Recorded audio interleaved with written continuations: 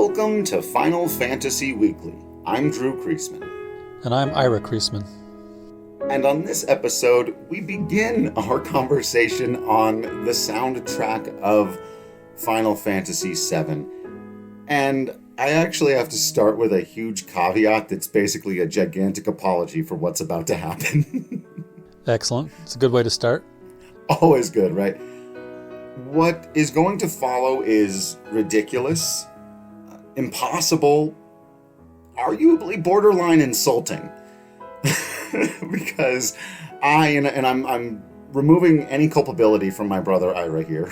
Yeah. I have attempted to rank the top 40 pieces of music on the Final Fantasy VII soundtrack. This was done for pragmatic reasons as much as anything else. These original sound scores are about to get so huge that we can't reasonably talk about 100 pieces of music on a podcast. There had to be a way of paring it down a little bit and deciding what gets a little more conversation and what gets less. But I do feel a little bit like the textbook author at the beginning of Dead Poet Society, like trying to objectively measure poetry or music, which is obviously absurd. And there should be no even hint of a suggestion that these are objectively the right way to rank music, or that there even is any such a thing. Right. Well, one of the reasons I tend to object to my favorite thing is, or ranking things in a list, is because of this, right? I tend to be more interested in differences of kind than differences of degree, and I think you have set yourself damn near an impossible task. But at the same time, I'm glad you did it because it gives us a framework about which to talk about these pieces of music when we can't, or when it would be perhaps tiresome to try to talk just about every single track. Right. And the rubric is going to be just as messy as all of that, because it really is just a combination of, I've been listening to this music for 23 years. And so what do I come back to over and over again? And what have I seen in the community? What do I, as a musician, know a little bit more about composition and some of these things? So I try to do some, objectively ranking pieces of music that are obviously great, even if they're not my favorites, but it is mostly my preferences here. And that's something, obviously that we'll talk about as we go through. Why do I lean more toward this one and that one? And that should create conversation. That's the point of it. So in that way, this is the one thing I want to say on my behalf. If you happen to find yourself at any point during this conversation feeling a legitimate sense of rage about where a piece of music has been ranked, typically far too low, right? Yeah, that's almost always going to be the case. Just channel that into positive energy about Nobuo Uematsu being a genius, because that's really what this comes down to, right? Is we're going to do a top 40, and there's good to great music that we're not going to talk about at all on this soundtrack. So if there's something at 35 that you're like, what? That piece of music is amazing, right? This guy's incredible. Let's just keep remembering that is the end point, no matter how we get there, is that all of this is worthy of conversation. And the conversation does not have to, your conversation and mine does not have to end here. That's what, for all that social media can be exhausting for any number of reasons. Right. The joy I find in it is when, legitimate, interesting, good faith conversation is had. And so anybody should feel free to, at FF Weekly. On Twitter, it's at FF Weekly Pod, on the patreon.com/FF Weekly, and also over at patreon.com/DC Productions. There you go. And before we get into the list, I do want to give us a couple of big themes to keep a lookout for. In my estimation, this, if I, again, had to rank soundtracks, which is a completely other podcast we'll do someday, I tend to rank this one third behind 6 and 8. That said, I think it's the deepest soundtrack, or the one with the most amount of good music on it. And I also think that it does a unique job of having its own feel and tone that is so uniquely Final Fantasy VII that most of the music we're about to discuss and play here, you could not confuse it for being in something else. And I think that that's a great tribute to what he made here. And two of the ways in which I think we'll see that over and over again. So we're only going to play stuff from the original soundtrack here now, though I've been playing stuff from Remake and Distant Worlds and obviously Black Mages. But I'll stick to the OST here because I think one of the things that's great about this soundtrack and adds uniqueness to it among really anything else is that it exists in this weird place. It's basically the best MIDI sounds before we got to full orchestrations, right? By the time we get to the next game, we're hearing full orchestras. Not all the time, but full live orchestras in Final Fantasy VIII. And here in 7, we still have these kind of lo-fi instruments, but really good ones. And it creates a unique sound that you just don't hear in too many other places. And the other big element that I find really helps with the continuity of this soundtrack is something I've taken to calling the Final Fantasy VII bells. I love it when a composer can do this in a movie or a show. I think of the trumpets in The Matrix. We've all heard trumpets making kind of oscillating sounds, but there's that one thing that is kind of bend, and if you know that soundtrack well, you probably know exactly what I'm talking about. And if you don't, type in the Matrix theme, and as soon as it starts to play, you'll be like, oh, yeah. Those trumpets sound different than trumpets and other things. Like the bells in Final Fantasy VII are Final Fantasy VII bells. And they often take the lead in some important pieces of music, and I think it's a great recurring theme that isn't leitmotif, right? It's not a recurring melody. It's a tone that Uematsu keeps coming back to. All right, let's get to the top 40, and oddly enough, we're going to begin with a piece that is not indicative of any of the things I just discussed or any of the things that are coming after, because this is actually a great little piece called Debut that Uematsu wrote for that little section on the Gold Saucer when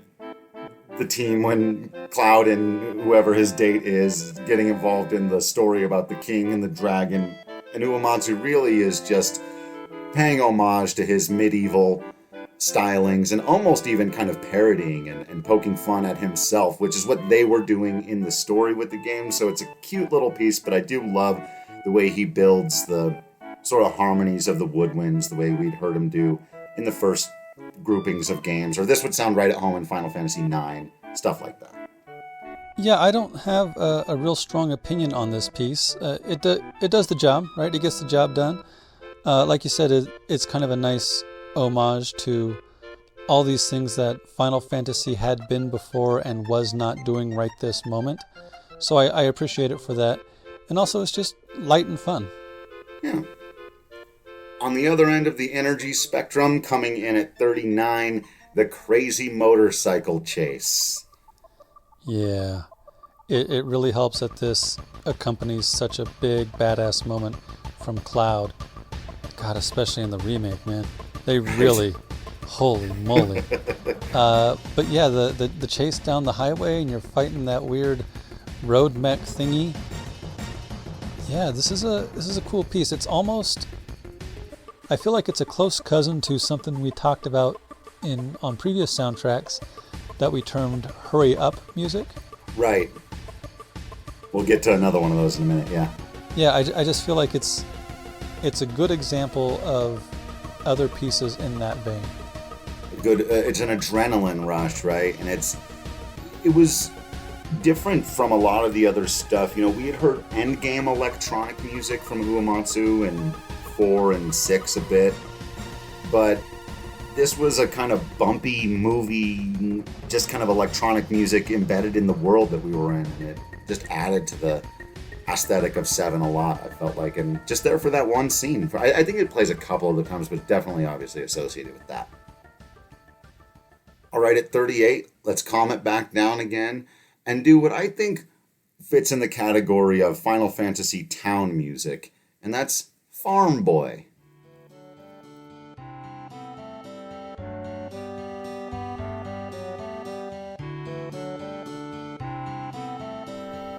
it's so far removed from Midgar and everything Midgar is, which is part of the point, right? The first time you hear this at the Chocobo Farm Ranch place, which on the Game World map isn't really that far from Midgar, really.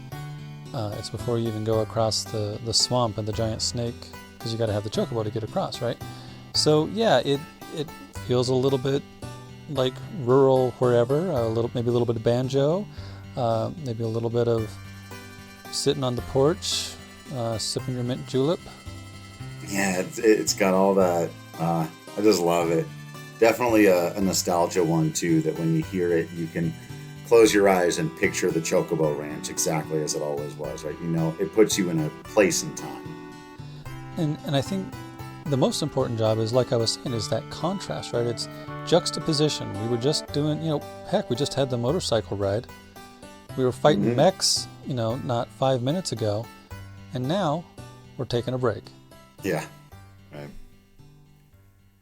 In at number 37, our first character theme, and one that's really grown on me over the years. And I didn't love it originally because I always felt it kind of sounded like elevator music. But Yuffie's theme, or Descendants of Shinobi, I will say that she's singing it to start intermission just melted my heart completely. And that's probably a big reason why I love it more and more. And I would say this fits into the same kind of genre as the Me channel music, which we've talked about a few times now in previous episodes.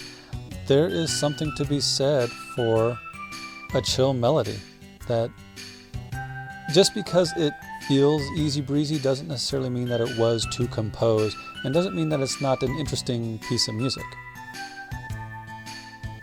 Yeah, and like I said, my initial reaction of it being sort of elevator music, but it's got such a satisfying conclusion. I really love the way, and it has been adapted enough over the years. It's on the piano, official piano version, and like I said, its most recent iteration, it just...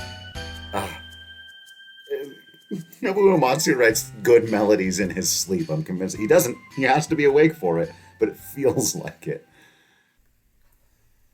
We also heard, not exactly what I was talking about, but some of the bells using the melody there in the Descendants of Shinobi, and we'll hear it much more distinctly in number 36, The Forested Temple.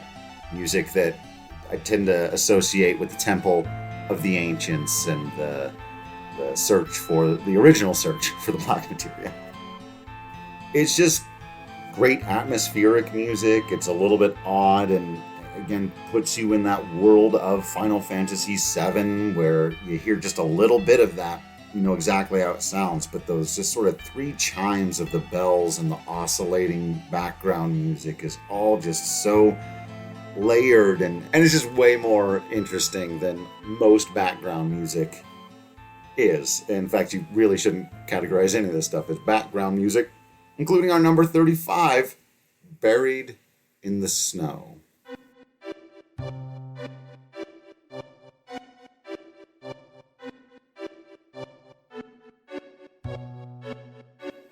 So, very similar to what we just talked about, atmospheric, chill, really sinks you in, but with those echoing, kind of off-putting rhythms for the main line that starts you, and then the Final Fantasy VII bells. These really are the first time we're hearing them in the starring performance here. Just give you that ringing out odd feeling that Final Fantasy VII carries with it. It's difficult for me to even separate the sound of those bells from the feel of the entire game, the entire story, the life stream, and Cloud and Tifa and Aerith and Sephiroth. The elements of every single one of them is just in each chime of those bells. Seriously, you're going to call the music for the snow chill? Yeah, I dig it. Like I said with some of the others, it gets the job done. I don't have any strong opinions on it. I do think that recurring motif of the bells, though, is particularly interesting to note. Well, let's get into one you alluded to a minute ago at number 34. I've got I think what might be my favorite version of hurry up music, expertly titled Hurry Faster.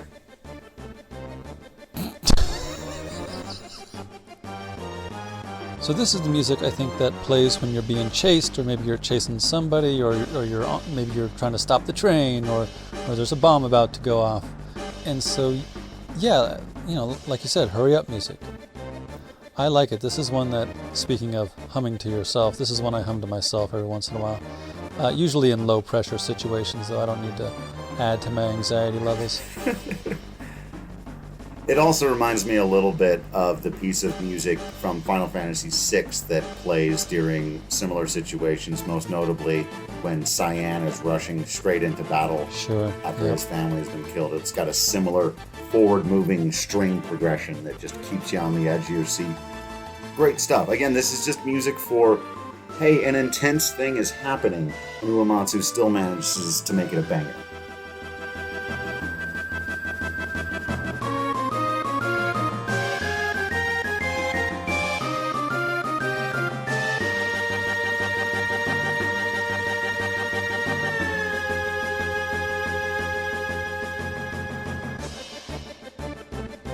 Okay, at 33, we've got the first one where I might make some people mad. And I'm sorry at this point. It gets stupid and it's not my fault. It's Uematsu's fault. Okay? At number 33, I have the Turks theme. Oh, what?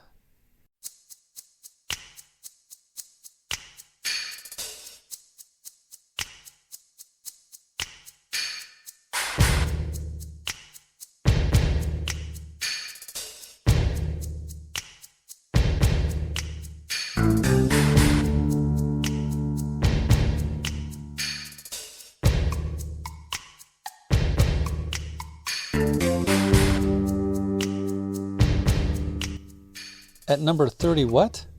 33. So in the bottom half of the bottom half? Yeah. So I may live to regret this. Sure. Well, I certainly hope that you do. But it's a very simple piece. It doesn't do a ton. And while I love it every time it's played in game, and every time I hear it, it brings a smile to my face and I have nothing but extreme positive associations with it, it's not a piece that I find I seek out to listen to, because it loops after about a minute. It's, unless you're really paying super close attention to the percussion, which is the most interesting thing with all the finger snaps and the little clicks going off and the wood block and stuff. I'm sorry, folks. It's a lot of... I love the piece. I'm not talking it down. Don't put me in this position. I think... So yeah, I mean, this is one of the reasons I don't rank things, right? So it takes the pressure off of me, and I can just give you a hard time. I think that one of the reasons I was predisposed to go along with liking the Turks is because the piece is cool, right? They're just cool. They're cool characters. They're interesting.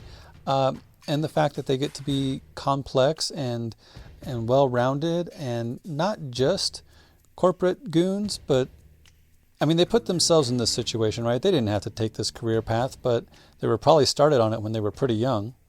And so every time they choose not to do what President Shinra or President Rufus says to do, like this piece is what, if their piece was much more elevator music-y, or maybe more corporate-y, or it sounded like it was created by committee, then I would not have been as disposed to want them to have a turn. Does that make sense? Yeah, the music does a lot of legwork in the nuance of that group of characters. 100%. It's a great piece of music for that. And the percussion really is incredible. It's more than the sum of its parts. It's ridiculous for me to rank it lower, because ultimately, if you were to just look at the notes on a piece of paper, you're like, that's it? But that's not... Luckily, Uematsu is a much better musician than I am, and didn't care that was it. It's perfect for what it needs to be. one of the most interesting things about music of this variety, or media, the medium of a video game, is that all the parts do have to come together. And so this piece could live on its own and be a cool little piece, but it's not. And I think it is important to, even if you examine it on its own for a while, you can't leave the conversation there. Right. Because it's not on its own. It's wrapped up in these characters and their story. 100%. All right, another one that's not really officially a character theme, but I've always seen it as Vincent's theme. In fact, I think if you search for Final Fantasy VII Vincent's theme, this is what will come up. But at 32, the name of the piece is The Nightmare Begins.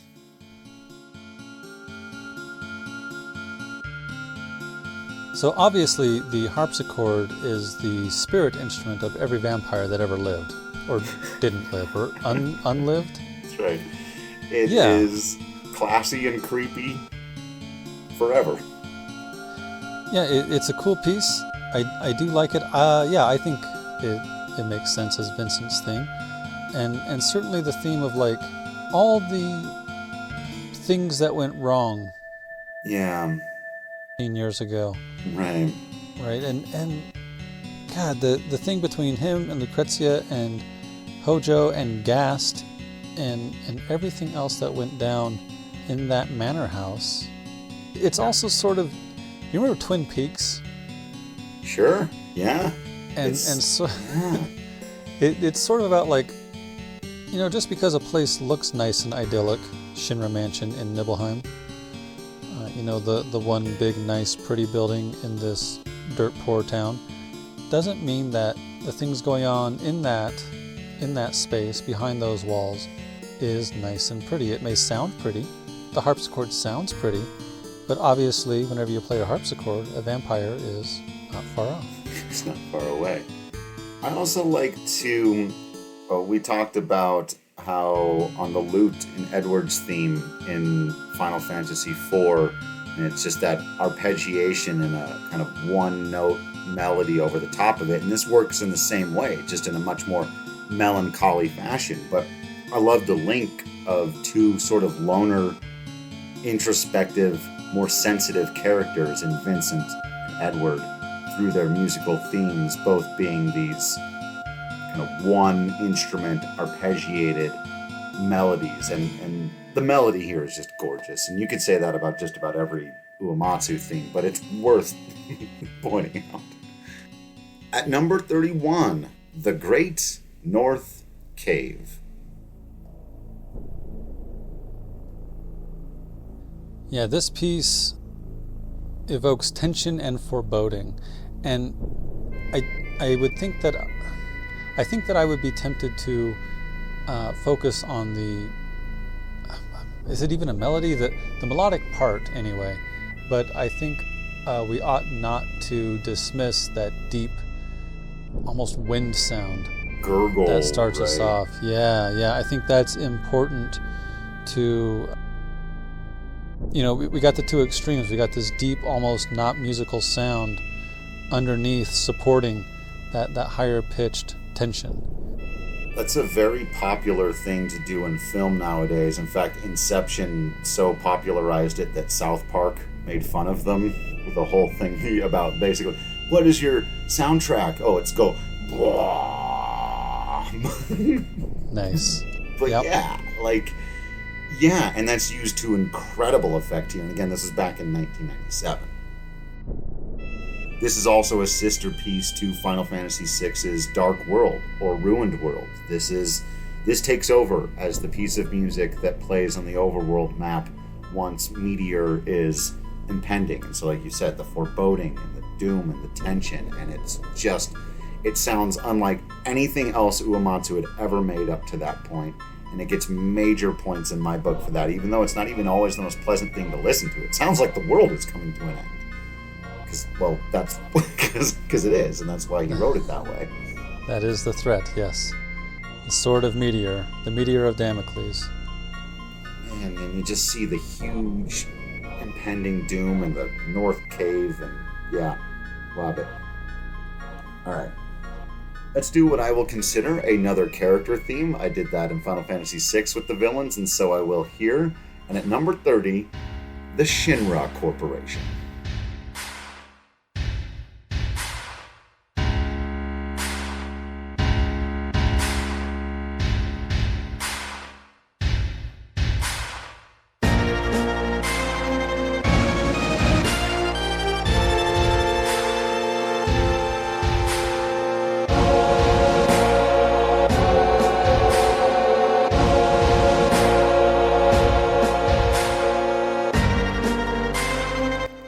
So earlier when I was talking about the Turks theme doing a lot of work to make me like them, if this had been the Turks theme, like this feels to me like a corporate version of the Imperial March.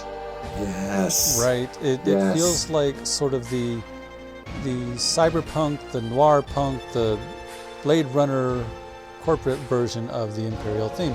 And if this, if this was the Turks theme, I would be more likely to see them as these corporate stooges, but obviously they're a little more independent. So this is a cool way to have your corporate empire just be so obviously what it is. Yeah, absolutely. Again, it sounds like exactly what it is. Uematsu uses a similar trick in a couple of games with Kuja's theme and a drum beat that sounds kind of similar to We Will Rock You by Queen. He's getting more into his natural influences of those kinds of progressive rock bands, and we hear a little bit of that throughout this game. We'll hear a bunch more of it here in just a second. But this Shinra Corporation piece of music, it's leitmotifed a couple of times. It's just so what it is. And again, like it doesn't sound like anything other than the bad guys in Final Fantasy VII. It's just what it's so perfect.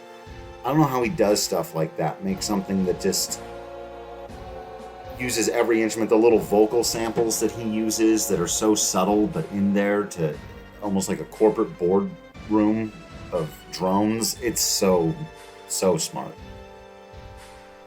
All right, in at number 29 is a personal favorite piece of just atmospheric music from earlier in the game called Chasing the Black-Caped Man.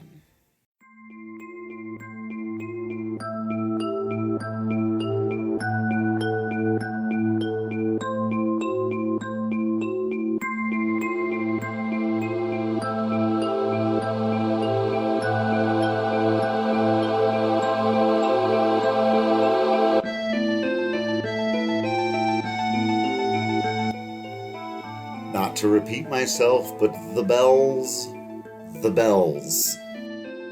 We've talked before about, speculative fiction and fantasy and science fiction. What do they really do for us? And one of the things is take us to a place completely unlike the one we're from. And pieces of music like this, I think, go a long way toward making that happen. Everything in this world echoes a little bit. Everything bounces off. Everything's a little bit mystical and magical, but still grounded when these clarinets and other instruments come in to accentuate the bells. But when you're wandering around and you don't know exactly what's going on and a piece of music like this is playing, it just sells everything that your characters are feeling. And for me, again, some of these early pieces, and I'll get more into this later for sure, they just make Final Fantasy VII what it is. I also feel like it goes to accentuate that we don't know what we don't know. Right? Like in pursuing the black-caped man, we think we know that we're pursuing Sephiroth. But that's not really Sephiroth. Sephiroth, is in his Mako amber crystal cave in the North Crater. He may well be controlling and or influencing all these clones that look like him. Maybe a little shape-shifting, maybe some mental tricks, but they're not him in the way we think they are. Right.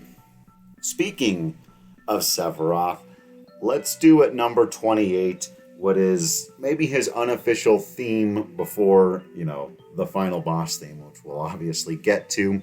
But This one, some people might consider it a bit low, because again, I feel like from an instrumentation standpoint, it doesn't really go in a ton of places. It isn't all that challenging, but it is an absolutely unforgettable piece of music from this game that still sends chills up my spine every time I hear it. Maybe that's part of the reason why I don't listen to it all the time, but it's Those Chosen by the Planet.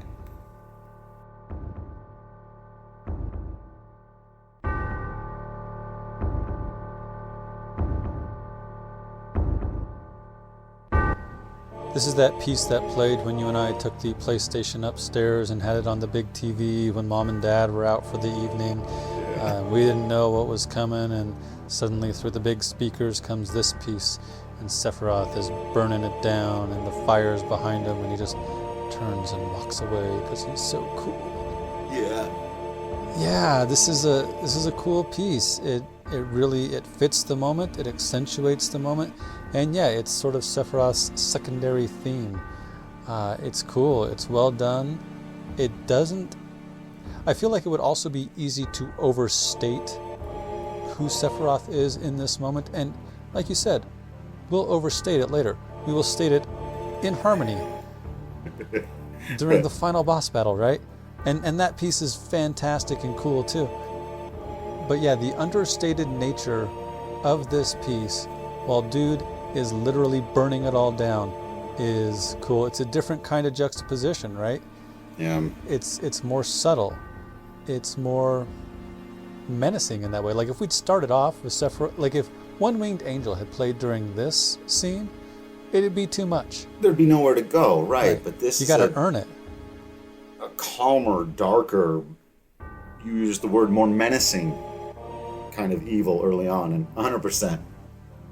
And it sells it well. It's like I said, not my favorite piece to listen to on its own when I'm popping in Final Fantasy VII music and driving down the road, which I do all the time. But that's not all, for what it is in the story, it serves its purpose. And more than that. It does much, much more than that. All right, let's get to number 27. This is a personal favorite of mine that I feel like is easy to overlook because there's so many epic pieces of music in this game, but one that comes near the end once things are really going down for everybody, and here come the kaiju and the giant meteor and all of that, is a piece aptly titled Judgment Day.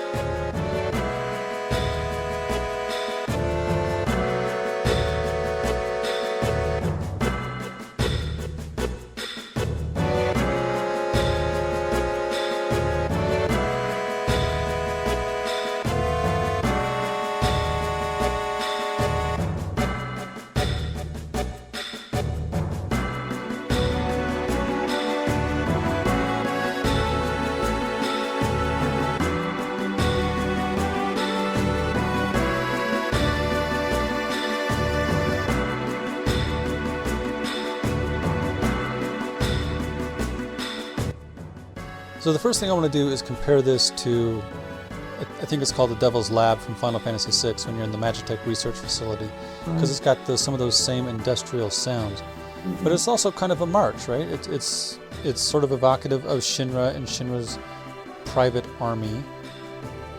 Right. So it's sort of an industrial march in a way, maybe a corporate march in a way, but then it's got a little bit of a hero theme on top. And I think that is because, like Barrett says, when they try to blow up the meteor, I kind of wanted it to work. Right. Because, even though they're the corporate empire and they cause this mess, at least some of them are trying to stop Meteor at the very least. If not fix everything they screwed up, they at least want to stop Meteor. Right.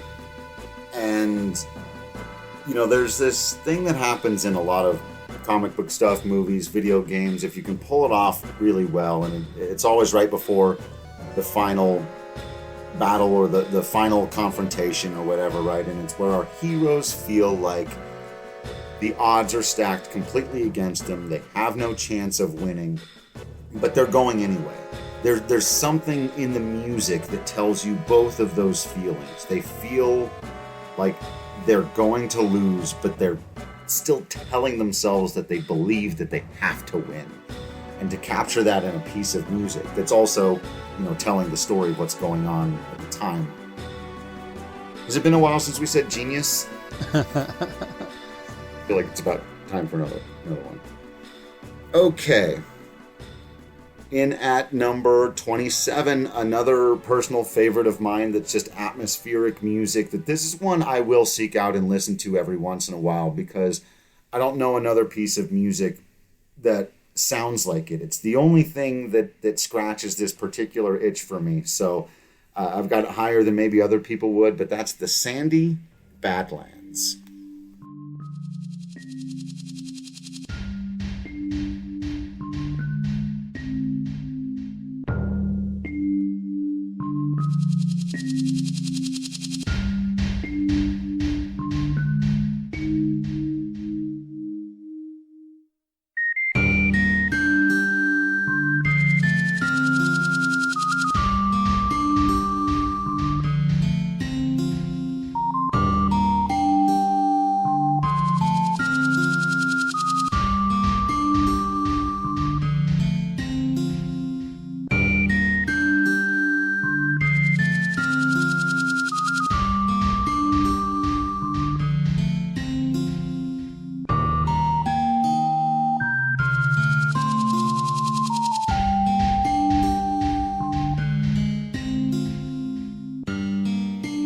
Comparing this to two previous pieces, it reminds me a little bit of this sort of atmospheric moon music from Final Fantasy IV. Yeah. And it reminds me a little bit of Shadow's theme from Final Fantasy VI. And it's sort of that weird, quirky... Yeah, it's the whistle for Shadow, and it's the quirky atmospheric nature for the moon. Also, that rattle, is that meant to evoke a rattlesnake? Yeah, right. It's got this very western desert feel to it. It also, I'll pull another piece of music that we talked about, and that was the End of the World is Dead music from Chrono Trigger. And right. You pointed out how it sort of sounds like some of the elements in that piece were just the elements of the world acting upon stuff that was there, and that's what that rattle kind of is. And there's even kind of a thudding, echoing percussion piece that just sounds like someone just banged on a piece of tin out there somewhere. So it just could not sound more like a rusty diesel punk desert.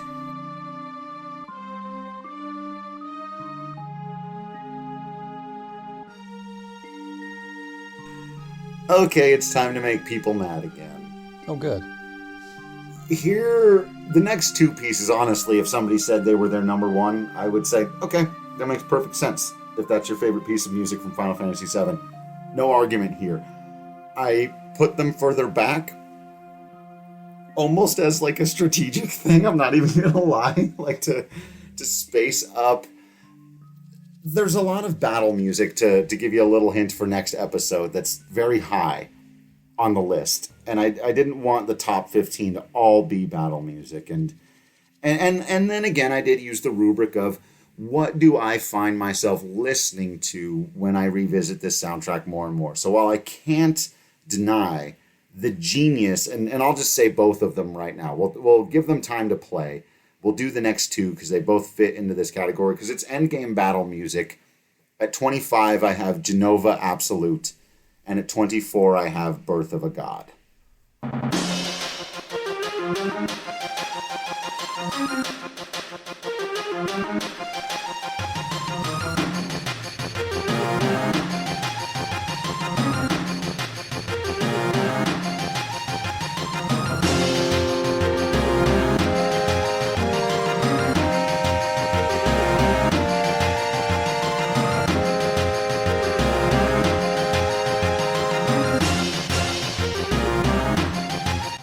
So Genova Absolute has this phenomenal build and this riff that, for me, a piece of music that repeats one line that's that chaotic and dramatic over and over again would usually get irritating by the fifth or sixth repetition of it. And I've actually heard other versions of this piece that do that for me, because if you don't have all of the layers and you're just repeating that riff over and over and over again, it gets tiresome. But Uematsu has layered things in here, and by the time he finally starts bringing in big, heroic trumpet music, the whole thing is just... It's epic. It's amazing. Like I said, if someone told me, actually, I prefer Genova Absolute to One Winged Angel, I would maybe debate them some, but it's personal preference, and it's an incredible piece of music.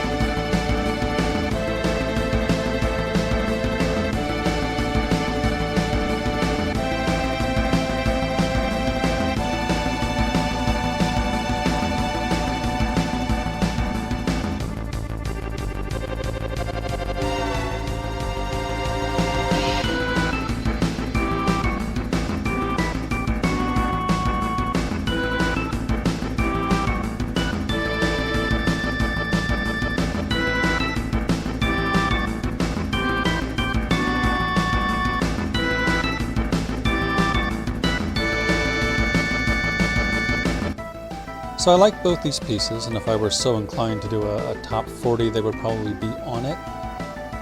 But I'll say with these two, like I did for some of the earlier ones, yeah, they're good. They do their job, but they don't really stand out much to me. They kind of feel like Final Fantasy VII battle music pieces, and they're good for that. They do a good job, but like I said, they don't stand out much for me. I'm not sure I've got much else to say on them other than they do the job. And I would probably rank them lower if I was so inclined. That makes me feel a lot better, actually, about where I've ranked them. And I do think that they, have the unfortunate task of coming right before one that's obviously going to be ranked very high. Sure. But, they're great pieces of music. I do love, in this one, in Birth of a God, the way Uematsu lets out a little bit more of, again, that, ELM, Rush. He was one of those, tapping into that prog rock version of himself with the organ. But even then, like, he's nowhere near Dark Messenger from Final Fantasy IX, where he takes those prog rock roots and just explode. Like, that's one of my favorite pieces of his ever. And so again, even if I'm comparing it to other stuff he's done, not in this game necessarily, but in his career that's working in that same vein, yeah, but still, Genova Absolute, Birth of the God, very good. Let us now completely change from the attitude and tenseness of those ones and go to another piece that, I think, Final Fantasy VII moved us away from the much more traditional every town has its own theme or every town has the town theme. But I've always considered the primary just town music. Isn't it nice to be in town? Of Final Fantasy VII, Ahead, On Our Way. Which, yes, is the same as the title for the main piece from Final Fantasy V. Yeah.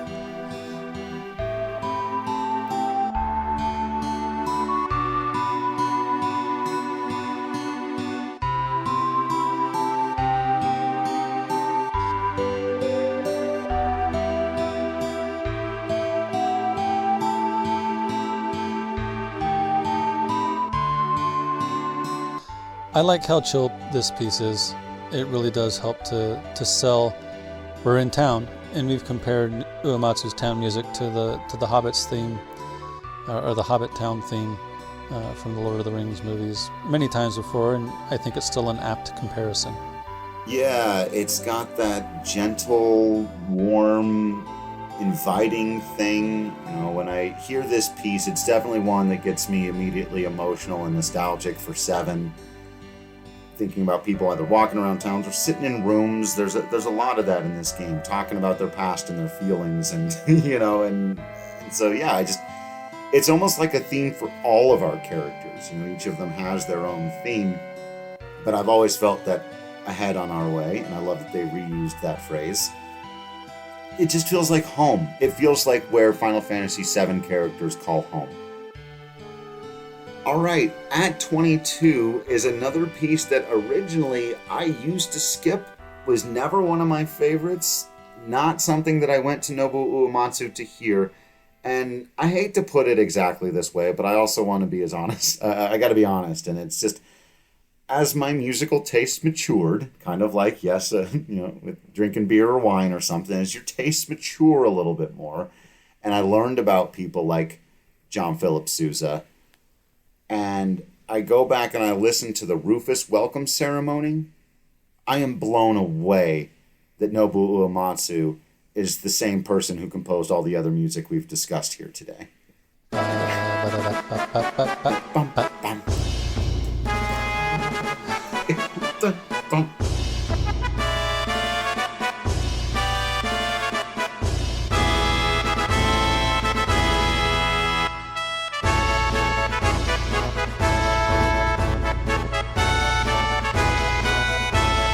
When I was a freshman in high school in marching band, we had our show music, which was the music we played during the field show when we make the shapes and stuff out on the football field.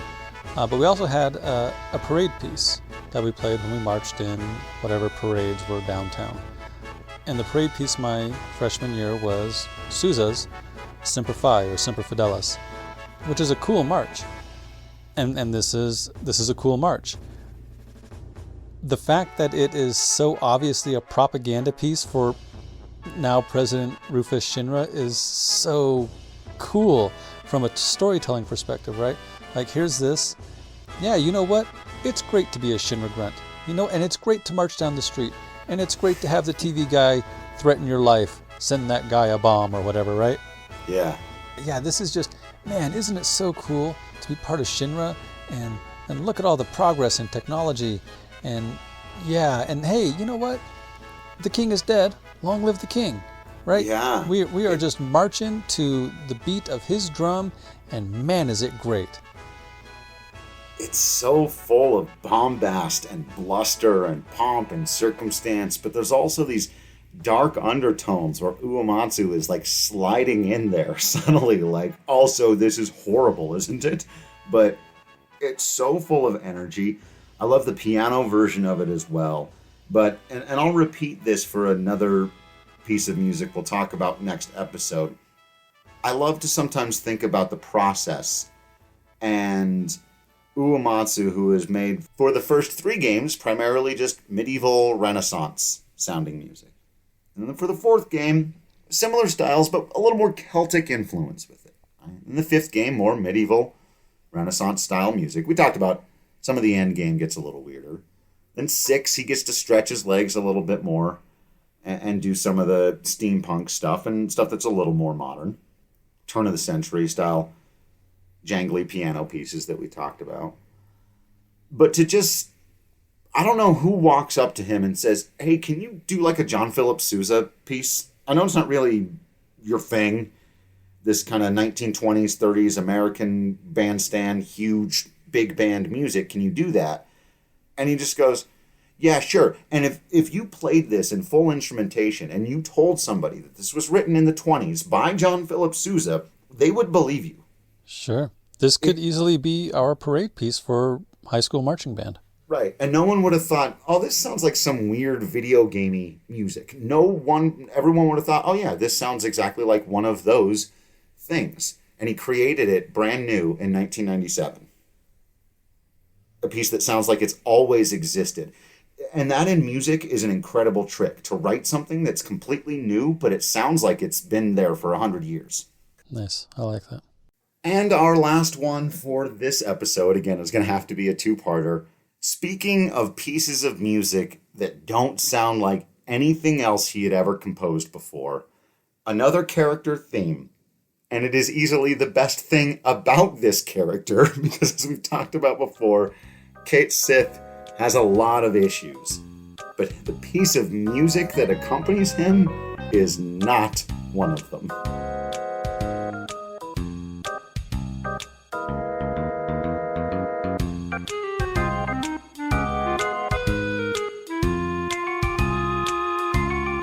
Yep, that's a good one.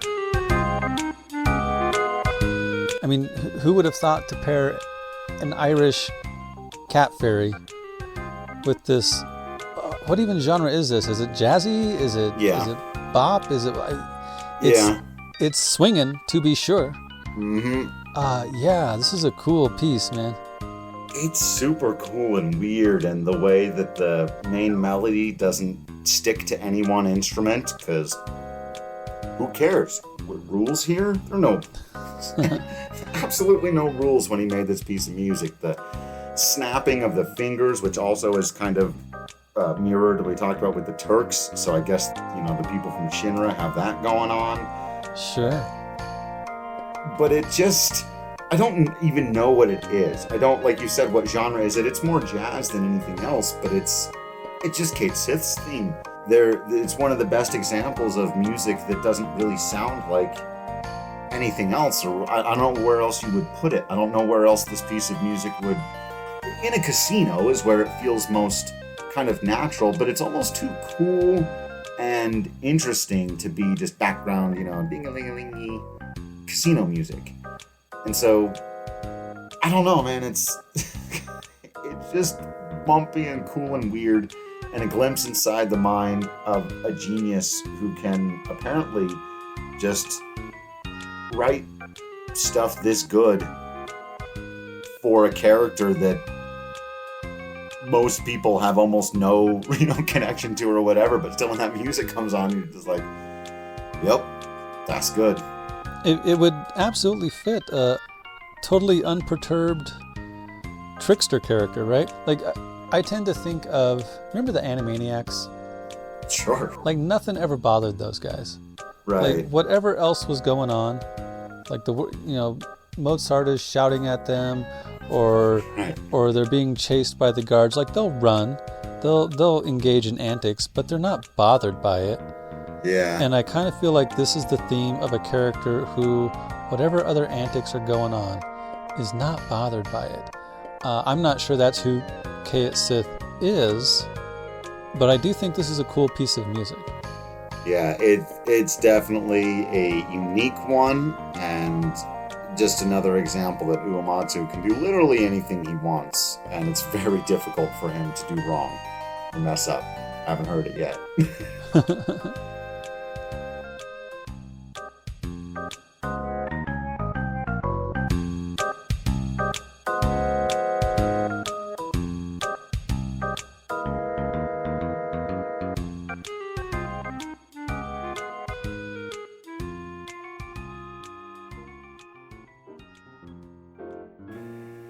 That's it for this episode. Thank you for listening, and thank you to everyone who has reached out to us. Feel free to let us know what we missed, got wrong, or should have mentioned by following us on Twitter at FFWeeklyPod, or going to our Patreon at patreon.com/FFWeekly and letting us hear all about it. Also, for more Final Fantasy content, other video game talk, DC, Marvel, Star Wars, a weekly pro wrestling podcast, and a whole bunch of sports talk, you can head over to my personal Patreon at patreon.com/DC Productions. Join us next time when we count down the definitely definitive and not at all subjective top 20 pieces on the Final Fantasy VII soundtrack.